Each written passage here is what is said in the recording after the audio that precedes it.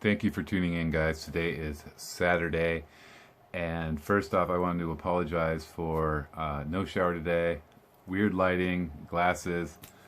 It's Today is a day that I celebrate the Lord's Sabbath. Friday night at sundown till Saturday at sundown. I know that through grace we're not required to honor that, any longer, but I still do. I honor it just to keep it holy, and I feel that this is a time where God drops a lot of wisdom down on me, and it's a time where I set aside my flesh. I try to set aside my flesh, anything that I might want, and more give to just spending time with Him. And by doing that and not trying to do pleasing myself through other things, like even food sometimes, maybe it's a day of fasting, but by doing that, I find that I get such a source of strength through the day, and such a sense of just of wisdom given to me and understanding that I'm trying to catch up with. But I'm making this video for a particular reason, and the reason I wanted to share it is because what I have been studying recently is Revelation. That book has always fascinated me, and I love the idea of God giving us prophetic information, I guess, through His Word that He will interpret through the Spirit as we read it. So I've been studying it, not that I'm far along, but as I was studying, I had a recollection of a time back 4 years ago, and it brought me back to today when I had the dreams recently about these food shortages that were coming before they came along. So I started to really wonder. It started to really, what I want to do is I want to read you the verse that I'm looking at, and then I want to explain a little bit about what I have kind of been seeing. So basically, I'm looking at the third seal, and in the New King James Version, third seal is scarcity on earth.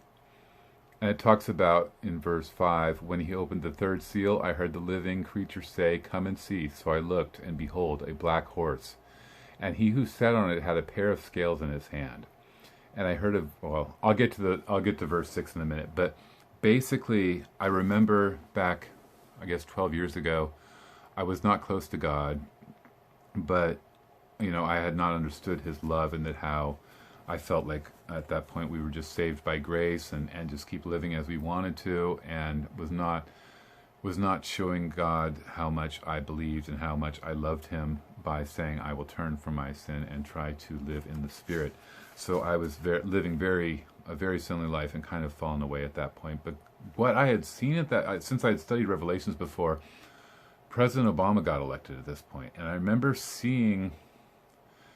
going black horse, because they talk about, in prophecy in Daniel 7, they talk about beast, which perhaps could be a horse. They talk about that representing governments, like government units, like that's the powers. And so I wondered, with this black horse, could that be Obama somehow? Like, could that be representative of that?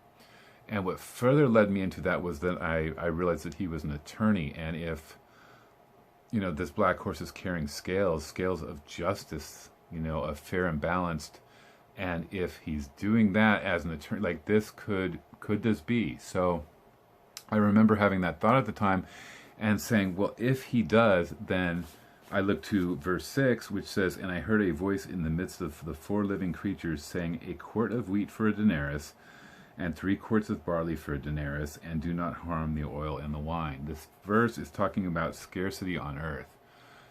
And I guess, a denarius, if you read it in the New International Version, will talk about a day's wages. So high cost for food, or not much food available. So I started to think, when I thought, if this black horse is truly Obama, like this is showing me, like this is Obama perhaps just coming in with the scales as the attorney, and trying to create a fair and balance, then we should see scarcity on earth following that, which here we are now, where I've had this dream, and other people have, I think, seen this coming. I think like prophets have seen this coming, like that are on, different YouTube channels or whatever, from what I've started watching now, have seen this coming. And I don't think, from what God is showing me, I don't see that this is ending. Like this is just the beginning. We are going to go into a much further state of food distress. And this dream wasn't I know that this dream was something different. It wasn't just a dream, or it wasn't, I'm not just somebody, I wouldn't make a video about a dream. I don't want to mislead anybody, and I would not make a video about a dream unless I was 100% sure that this was something big from God. And so what I'm just trying to do is I'm just trying to show you kind of what I'm seeing. I'm seeing other things in my head, but I'm kind of just trying to give you the bare bones, because I don't want to mislead anybody at all. Like, that's my biggest fear, is to mislead somebody. I don't want to give anybody wrong information. I don't want to put ideas in your head too much beyond what I'm just sharing here. But I wanted to give you the basics of it so that you could talk with the Holy Spirit and see if any of this matches up and makes sense to you, and if God will give you further wisdom and share new things with you through what I'm looking at right here. You know, if we go to the fourth seal, it talks about widespread death on earth. And it says in verse 7, when he opened the fourth seal, I heard the voice of the fourth living creature saying, come and see. So I looked, and behold, a pale horse, and the name of him who sat on it was Death, and Hades followed with him.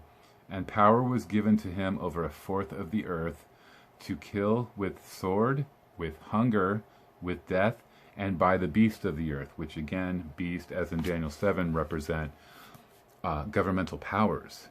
And as I've said in my past videos, with the dream of the food that was plastic, representing this is fake, like, not that the virus necessarily is fake. I mean, perhaps it's manufactured, but it will harm you. But at the same time, the response to this, a lot of the things that are going on around it, this fear and these giant, like, oh my gosh, like overreactive type things to it, are fake, are sensationalized, are trying to put fear in our hearts, and it's not what it appears. I don't want to give a ton of other information other than that, just because I am young in the Word, and I'm still, like today, praying for more wisdom from God, and I want to just give it to you as what I have heard, and let you do the rest of the work and connect with the Father in your own personal relationship, and dig out the rest there. I don't have any special message that He's telling me to tell you, so I will say that, those dream videos are that.